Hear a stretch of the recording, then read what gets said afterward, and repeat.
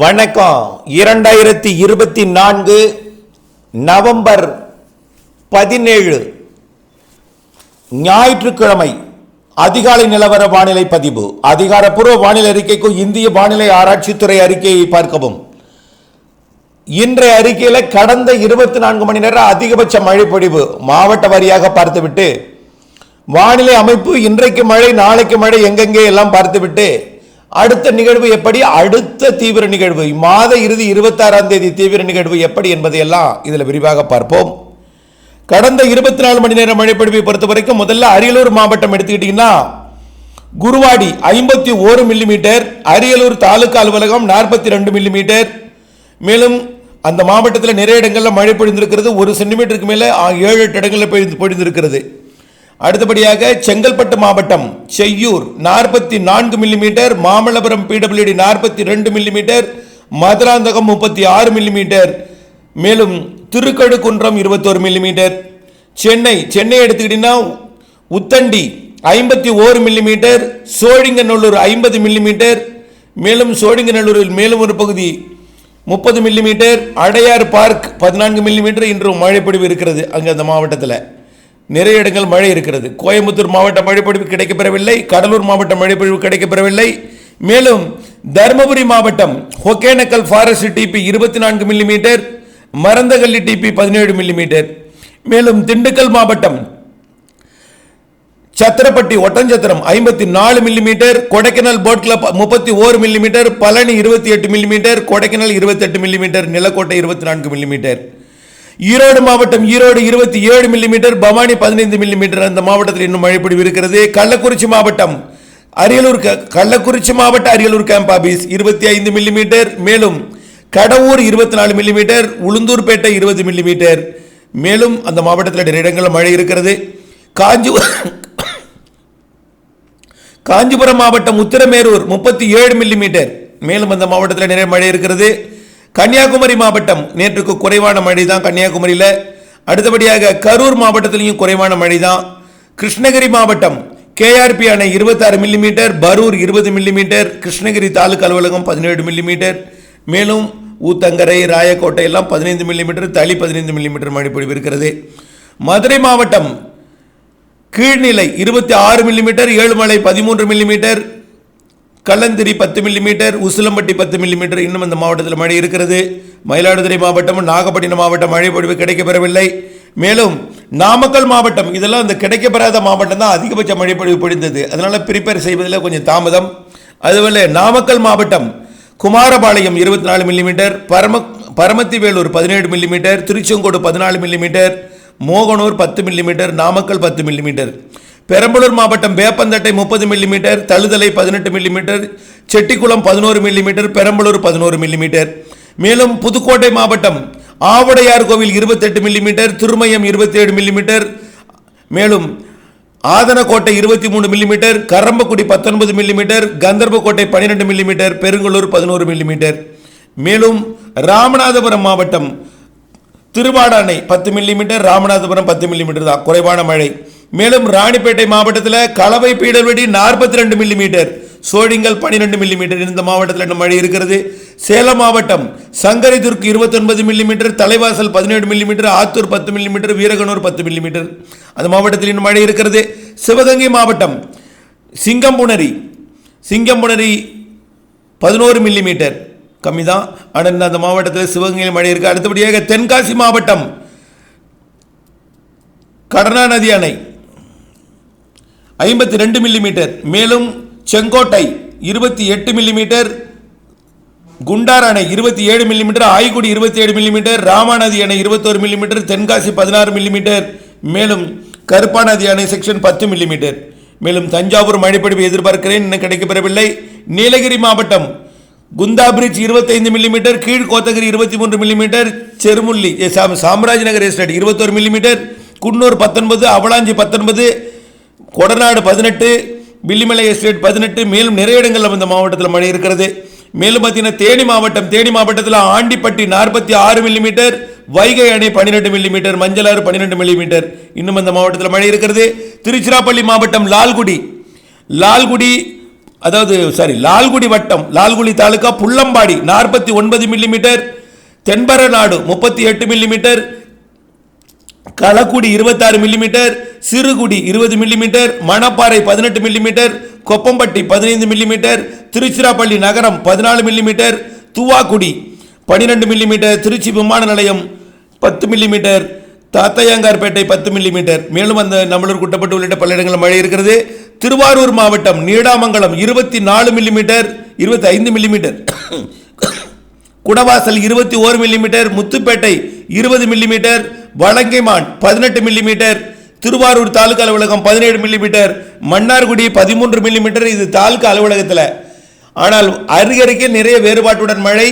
நேற்றைக்கு Melavasal Mannargudi 4 centimetre 40 millimetre மழை பொழிந்திருக்கிறது. அதே போல பாண்டவையார் தலைப்பு குறைவான மழை 7 மில்லிமீட்டர் மட்டும்தான் மழை பொழிந்திருக்கிறது. நன்னிலத்தில் குறைவான மழை. அடுத்தபடியாக பார்த்தீங்கன்னா தூத்துக்குடி மாவட்டம் Kayalpattinam 42 millimetre, Kovilpatti 24 millimetre, Thoothukudi 18 millimetre, Kadambur 13 millimetre, Kadugumalai 13 millimetre, Ettayapuram 11 millimetre, Sirugudi 10 millimetre. மேலும் நிறைய மழைப்பொழிவு இந்த மாவட்டத்தில் இருக்குது. திருநெல்வேலி மாவட்டம் மழைப்பொழிவு எதிர்பார்க்கப்படுகிறது. திருப்பத்தூர் மாவட்டம் திருப்பத்தூர் தாலுகா அலுவலகம் 17 மில்லிமீட்டர். இந்த மாவட்டத்தில் மழை இருக்கிறது. மேலும் திருப்பூர் மாவட்டம் அதிகபட்சமாக அமராவதி அணை 66 millimetre, Nallathangai Odai reservoir 25 millimetre, Madathukulam 15 millimetre, PWD IP 14 millimetre, Dharapuram 11 millimetre, Thirumoorthy அணை 10 மில்லிமீட்டர்.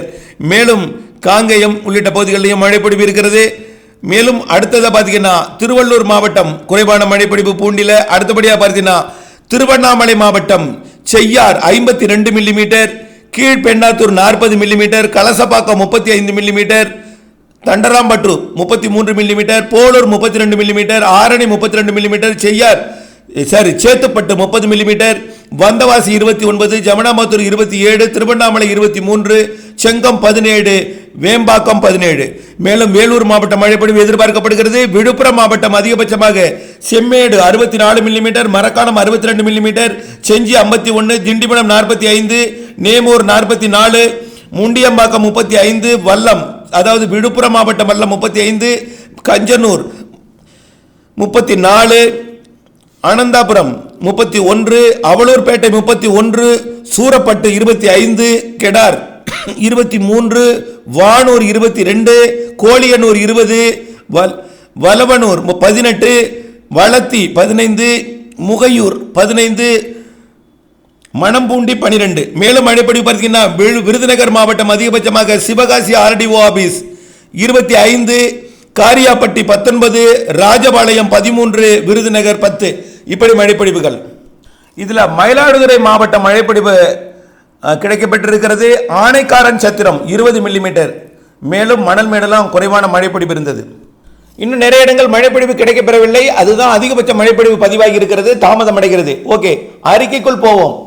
தற்பொழுது வானிலை அமைப்பை பார்த்தீங்கன்னா நேற்றைக்கு இலங்கை மீது நீடித்துக் கொண்டிருந்த காற்று சுழற்சியும் குமரிக்கடலில் நீடித்துக் கொண்டிருந்த காற்று சுழற்சியும் ஒன்றிணைந்து குமரிக்கடலில் மேற்கு நோக்கி நகர்ந்து கொண்டிருக்கிறது. நகர்ந்து விட்டது, கிட்டத்தட்ட குமரிக்கடலை விட்டு நகர்ந்து விட்டது.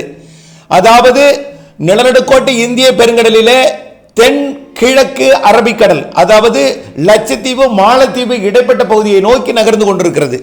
இதன் காரணமாக இனிமேல் மழைப்பொழிவு வடகடலோரம் படிப்படியாக குறையும். ஆனால் இன்றைக்கு பிறகு வடகடலோரம் விடைபெறும். டெல்டாவிலே இன்றைக்கும் நாளைக்கும் இருக்கிறது. தென் மாவட்டங்களில் நாளைய மறுதினமும் இருக்கிறது. ஆனால் கடல் ஓரத்தில் அவ்வப்பொழுது இருந்து கொண்டே இருக்கும் கோடியக்கரை, ராமேஸ்வரம் மற்றும் தூத்துக்குடி. அது தொடர்பான விரிவாக அறிக்கையை பார்ப்போம். அதாவது நேற்று இரவு பார்த்தீங்கன்னா, அதாவது இன்றைக்கு அதிகாலையில் மழைப்பொழிவு பார்த்தீங்கன்னா எங்கே தொடர்ந்து கொண்டிருந்ததுன்னா விடிய மழைப்பொழிவு பார்த்தீங்கன்னா செங்கல்பட்டு மாவட்டத்தோட தெற்கு பகுதி செய்யூர் பகுதியிலையும் அதற்கு உள்ளே இருக்கக்கூடிய விழுப்புரம் மாவட்ட பகுதி, திருவண்ணாமலை மாவட்டத்தில் தொடர்ந்து கொண்டே இருந்தது. காரணம் என்னன்னா, வடகிழக்கிலிருந்து வந்த குளிர்காற்றும் கிழக்கிலிருந்து வந்த ஓரளவு நீராவியை சுமந்து வரக்கூடிய காற்றும், இரு காற்று இணைவு என்பது புதுச்சேரி, விழுப்புரம் மற்றும் செங்கல்பட்டு மாவட்ட இடைப்பட்ட பகுதியில் இணைந்து உள்ளே போய் மழைப்பொழிவை கொடுத்தது. அது இப்பொழுது சற்று தெற்கு நோக்கி நகர்ந்திருக்கிறது. அதாவது அந்த நிகழ்வானது குமரிக்கடல் பகுதியை விட்டு விலகுகிற காரணத்தினால காற்றோட திசை அப்படியே தென் மேற்காக திரும்பும். அதாவது இன்றைக்கு டெல்டா வழியாக நுழையும் இருகாற்று இணைவு நாளை தென் மாவட்டங்கள் வழியாக நுழையும் இருகாற்று இணைவு, அடுத்த நாள் தென்கோடி மாவட்டங்கள் வழியாக இணையும் இருகாற்று இணைவு. இன்றைக்கு பொறுத்த வரைக்கும் இன்றைக்கு வடகடலோர மாவட்டங்களுக்கு இன்றைக்கு பெரும்பாலும் மழை இருக்க வாய்ப்பில்லை. அப்படி இருந்தால் ஓரிடங்கள் இருக்கும். ஆனால் புதுச்சேரிக்கு தெற்கே, அதாவது வடகோடி மாவட்டத்திற்கு வாய்ப்பில்லை. ஆனால் புதுச்சேரி விழுப்புரத்திற்கு தெற்கே இன்றைக்கு மழை இருக்கும். இன்று காலையில் மழைப்பொழிவு டெல்டா மாவட்டங்களுக்கும் அதனை ஒட்டியுள்ள புதுச்சேரி மற்றும் கடலூர் மாவட்டங்களுக்கும் அதற்கு தெற்கே போக போக மழைப்பொழிவு உள்ளே சேலம், அதாவது விழுப்புரம், கள்ளக்குறிச்சி, சேலம் மற்றும் தருமபுரி, கிருஷ்ணகிரிக்கும் இருக்கும். பெரிய அளவில் இருக்காது, குறைவான பரப்பிலே மழை இருக்கும். ஆனால் புதுச்சேரி விழுப்புரத்துக்கு தெற்கே புதுச்சேரி, விழுப்புரம் மற்றும் கள்ளக்குறிச்சி, தருமபுரி, ஈரோடு, நீலகிரி, அதற்கு தெற்கே கன்னியாகுமரி வரைக்கும் எல்லா ஒரு மாவட்டத்தையும் பொதுவாக நீங்கள் கொஞ்சம் மேப்பை பார்த்துக்கிட்டிங்கன்னா உங்களுக்கு நல்லாயிருக்கும். சில பேருக்கு மனதிலேயே மேப் இருக்கும்.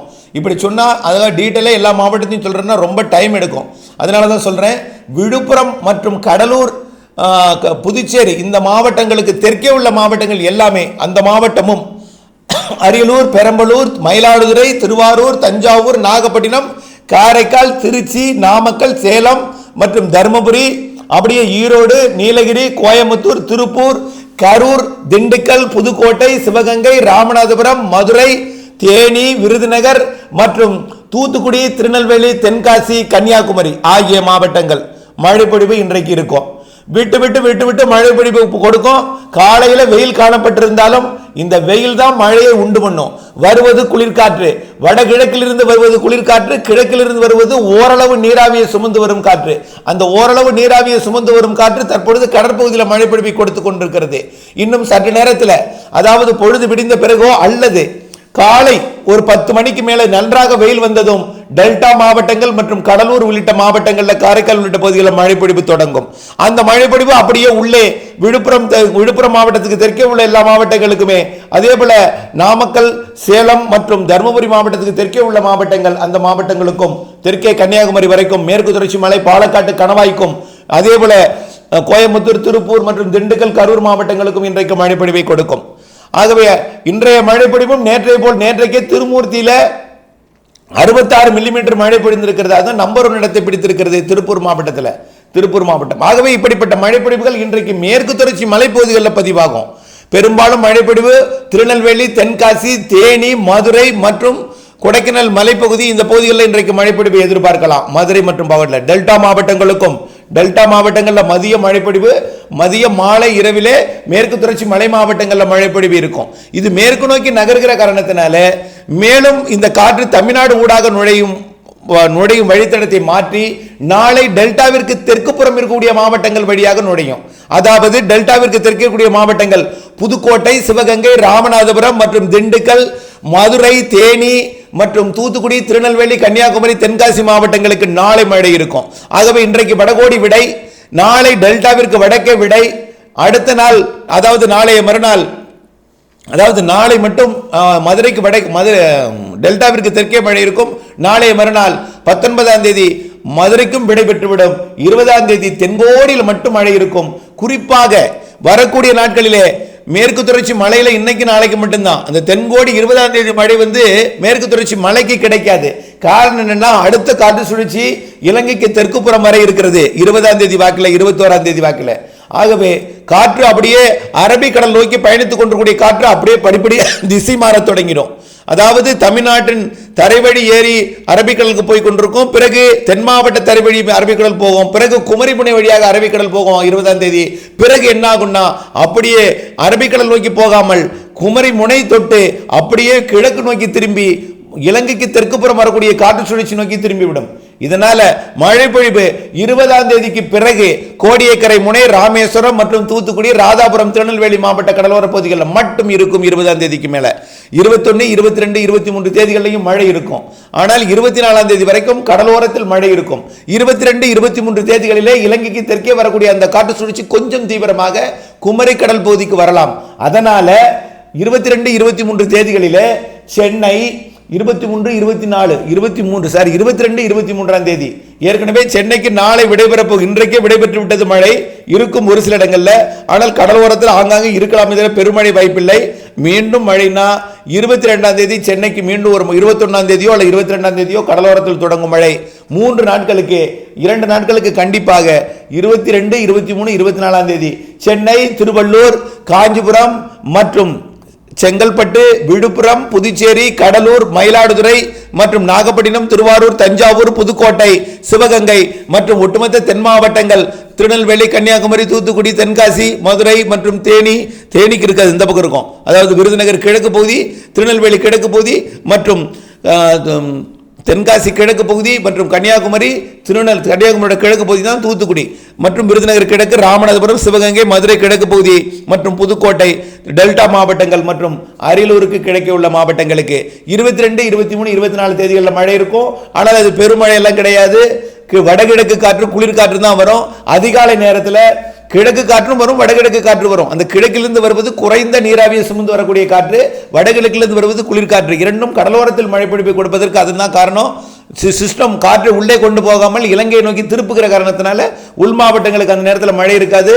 கடலோர மாவட்டங்களுக்கு மட்டும் மழை பொழிப்பை கொடுக்கும். 22, 23 தேதிகளில் கடலோர மாவட்டங்களில் அதிகாலை நேரத்திலையும் மதிய நேரத்திலையும் வெயில் வந்த பிறகு வெப்பம் இருந்த பிறகு மழை பொழிவை கொடுக்கும். பெருமழை அல்ல, விட்டு விட்டு லேசான மிதமான மழை அவ்வப்பொழுது ஆங்காங்கே இருக்கும். ஓகே, 24ஆம் தேதிக்கு பிறகு 25ஆம் தேதி என்ன ஆகும்னு பார்த்தீங்கன்னா 22ஆம் தேதி வாக்கிலே 22ஆம் தேதி வாக்கிலே வங்கக்கடலிலே உருவாகக்கூடிய 18ஆம் தேதியே உருவாகிடும். அதாவது 18ஆம் தேதியே உருவாகி காற்று சுழற்சியாக சுமத்ரா தீவு அருகே உருவாகும். 18, 19, 20 தேதிகளிலே காற்று சுழற்சியா இருக்கும். 20ஆம் தேதி கீழடுக்கு சுழற்சியா மாறும். 21ஆம் தேதி அது கீழடுக்கு சுழற்சி கொஞ்சம் தீவிரமடையும். இது எங்கன்னா முதல்ல உருவாகிடும் சுமார் 2000 கிலோமீட்டர் தொலைவில் சுமத்ரா தீவு அருகே உருவாகும். 19ஆம் தேதி ஒரு 1900 கிலோமீட்டர் தொலைவிலையும் கீழடுக்கு சுழற்சியா நீடிக்கும். நம்ம ஊர்ல இருந்து, அதாவது நாகப்பட்டினம் மாவட்டத்திலிருந்து கிலோமீட்டர் அறிவிக்கிறேன், 1750 கிலோமீட்டர் தொலைவில் கீழடுக்கு சுழற்சி இருக்கும். அது மையத்தை நான் சொல்றேன். அது கீழடுக்கு சுழற்சி என்பது பறந்து இருக்கும். உத்தேசமா ஒரு மையத்தை சொல்றேன். அடுத்தபடியாக 22ஆம் தேதி தாழ்வு நிலையாக மாறும். நவம்பர் 22ஆம் தேதி தாழ்வு நிலையாக 1700 கிலோமீட்டர் தொலைவில் இருக்கும். தாழ்வு நிலையாகவே 23ஆம் தேதி இருக்கும். தாழ்வு பகுதியாக 24ஆம் தேதி உருவாகும். இதெல்லாம் கிலோமீட்டர் சொல்ல மாட்டோம், என்ன ரொம்ப தொலைவில் இருக்கிறது என்பதற்காக. 25ஆம் தேதி நன்கமைந்த நிலையில் ஒரு 1700 கிலோமீட்டர் தொலைவில் உருவாகும். 25ஆம் தேதி 26ஆம் தேதி ஒரு காற்றழுத்த தாழ்வு, அதாவது நன்கமைந்த காற்றழுத்த தாழ்வு பகுதி டிப்ரெஷனா மாறும். 26ஆம் தேதி ஒரு 600 கிலோமீட்டர் தொலைவில் டிப்ரெஷனா மாறும். அது 27ஆம் தேதி ஆழ்ந்த காற்றழுத்த தாழ்வு பகுதி மண்டலமாக மாறும். 27ஆம் தேதி 28ஆம் தேதி அது தமிழ்நாட்டின் கரையை நெருங்குவதற்கு அதிக வாய்ப்பு, கிட்டத்தட்ட அதிக வாய்ப்பாக தான் சொல்ல முடியும். அதாவது இது எல்லா நிகழ்வையும் பாருங்க, நல்லா ஒன்றே ஒன்று உங்களுக்கு புரிதலுக்காக சொல்றேன். எந்த நிகழ்வு வந்தாலும் என்ன செஞ்சிச்சு, ஆந்திரா பகுதிக்கு போனிச்சா, ஆந்திரா போய் தமிழ்நாட்டின் கரையோரமா குமரி கடல் வந்துச்சு. அடுத்த நிகழ்வு வந்துச்சு, ஆந்திரா போனாலும் கரை கிடைக்கல, அப்படியே குமரி கடலுக்கு வந்துச்சு. இது ஏன், சாதாரண காற்று சுழற்சியாக இருந்த காரணத்தினால இப்படி வந்துச்சு. இப்போ வந்திருக்கக்கூடிய டெல்டாவுக்கு அருகே வந்த நிகழ்வு கூட நேற்று முன்தினம் 15ஆம் தேதி வந்த நிகழ்வு கூட இலங்கை மீது ஏறி குமரி கடலுக்கு போயிடுச்சு. காரணம் இதெல்லாம் காற்று சுழற்சியா வந்துச்சு. ஓகே, அடுத்ததாக வரப்போகிற நிகழ்வு ஒரு காற்றழுத்த தாழ்வு மண்டலமாக வரப்போகிறது. ஆகையினால அது நேரடியாக குமரிக்கு கடலுக்கு போற நிகழ்வு தான் அது. ஆனால் கொஞ்சம் தீவிரமடைகிற காரணத்தினால முன்னேறி கொஞ்சம் மேல் ஏறும். இதனால இலங்கையை தொட்டுக்கொண்டு தமிழ்நாட்டின் மத்திய மாவட்டங்கள் நோக்கி வரும். மத்திய மாவட்டங்கள்லாம் உங்களுக்கு என்னன்னு தெரியும். ஆகவே அதாவது நாகப்பட்டினம் மாவட்டத்திற்கு நெருக்கமாக வரும்னு சொல்லலாம். ஆனால் இது ஏற்கனவே நீங்கள் கஜா புயலை அனுபவித்த காரணத்தினால இதையும் ஒரு புயல் நினைச்சு பீதி அடையக்கூடாது. மழை தேவை, ஏரி குளங்களை நிரப்பணும். பழைய காலம் போல் ஏரி குளங்களை நிரம்பணும்னா நீங்க மழையெல்லாம் தேவைதான். ஆகவே அப்படிப்பட்ட மழைப்பொழிவை இது கொடுக்க போகிறது. எப்போ கொடுக்க போகுதுன்னா 26ஆம் தேதி அதிகாலை கடலோர மழை தொடங்கும். 27ஆம் தேதி அதிகாலையிலிருந்து அது மிதமானது முதல் சற்று கனமழையாக மாறிடும். குறிப்பாக கடலோர மாவட்டங்கள் எல்லாமே மழை பொழிவை கொடுக்கும். ஆன்டி கிளாக் வைஸ் சுழல்றதுனால சென்னை உள்ளிட்ட திருவள்ளூர் உள்ளிட்ட மழை மாவட்டங்கள்லையும் அது நிகழ்வு டெல்டாவில் நெருங்கி வந்தாலும் திருவள்ளூர், சென்னை உள்ளிட்ட பகுதிகளுக்கும் மிக கன மழை பொழிவை கொடுக்கும். டெல்டா மாவட்டங்களுக்கும் அதிக மழை பொழிவை கொடுக்கும். 27, 28 2 நாளும் தொடர் மழை பொழிவை கொடுத்து கொண்டே இருக்கும். தொடர் கனமழை பொழிவை கொடுத்து கொண்டே இருக்கும். இது அடுத்தது 28ஆம் தேதி 29ஆம் தேதி தான் அது கரையை கடக்கும். 29 தான் கரை கடக்கும். கரை கடந்தாலும் காற்று அச்சம் ஏதும் கொள்ள வேண்டாம். காற்று ஆபத்து பெரிதாக இருக்காது. சாதாரண ஒரு பெயர் வைக்கப்பட்டாலும் ஒரு சாதாரண நிகழ்வு தான். ஆழ்ந்த காற்றழுத்த தாழ்வு மண்டலம் அதிக மழை தரும் நிகழ்வு என்பதை புரிந்து கொள்ள வேண்டும். அதிக மழை, அதீத மழைப்பொழிவை தரக்கூடிய நிகழ்வு. இது தொடர்பான தனியாக அறிக்கை ஒன்று இணைக்கிறேன், அதோடு பார்த்து கொள்ளுங்கள். ஆகவே கண்டிப்பாக 26ஆம் தேதிக்கு மேல நிறைய மழைப்பொழிவு அனைத்து மாவட்டங்களுக்கும் இருக்கிறது. குறிப்பாக டெல்டா மற்றும் வடகடலோரத்திற்கு நிறைய மழை, அதீத மழைப்பொழிவு இருக்கிறது. அது மட்டுமல்ல, டிசம்பர் முதல் வாரத்தில் ஒரு நிகழ்வு, இரண்டாவது வாரம் ஒரு நிகழ்வு, 13ஆம் தேதிக்குள் கிறிஸ்துமஸுக்கு முன் ஒரு நிகழ்வு, கிறிஸ்துமஸுக்கு பின் நிகழ்வு என்று டிசம்பரில் 4 நிகழ்வு இருக்கிறது. இந்த நவம்பர் இறுதி நிகழ்வுக்கு பிறகும். ஆகவே நிகழ்வுகள் நிறைய இருக்கிறது. மழை பொழியவில்லையே என்ற ஏக்கம் வேண்டாம். கண்டிப்பாக உங்களுக்கு பொழிந்து விட்டது என்ற அனுபவத்தை கொடுக்கும். அதுதான். அதுவரை உங்களுக்கு நம்பிக்கை வராது. இன்றைக்கு நாளைக்கு இருக்கக்கூடிய நம்ம நடையை ஏற்றுக்கொள்ளுங்கள். வரக்கூடிய நாட்களிலும் மழை இருக்கிறது. வரக்கூடிய 26க்கு மேல் நிறைய மழை இருக்கிறது. இணைந்தே இருங்கள். ஆய்வறிக்கையுடன் வானிலை துல்லியம் அறிய, திட்டமிட்ட வேளாண்மை செய்ய, துல்லிய அப்டேட்ஸுடன் இணைந்திருங்கள். நன்றி.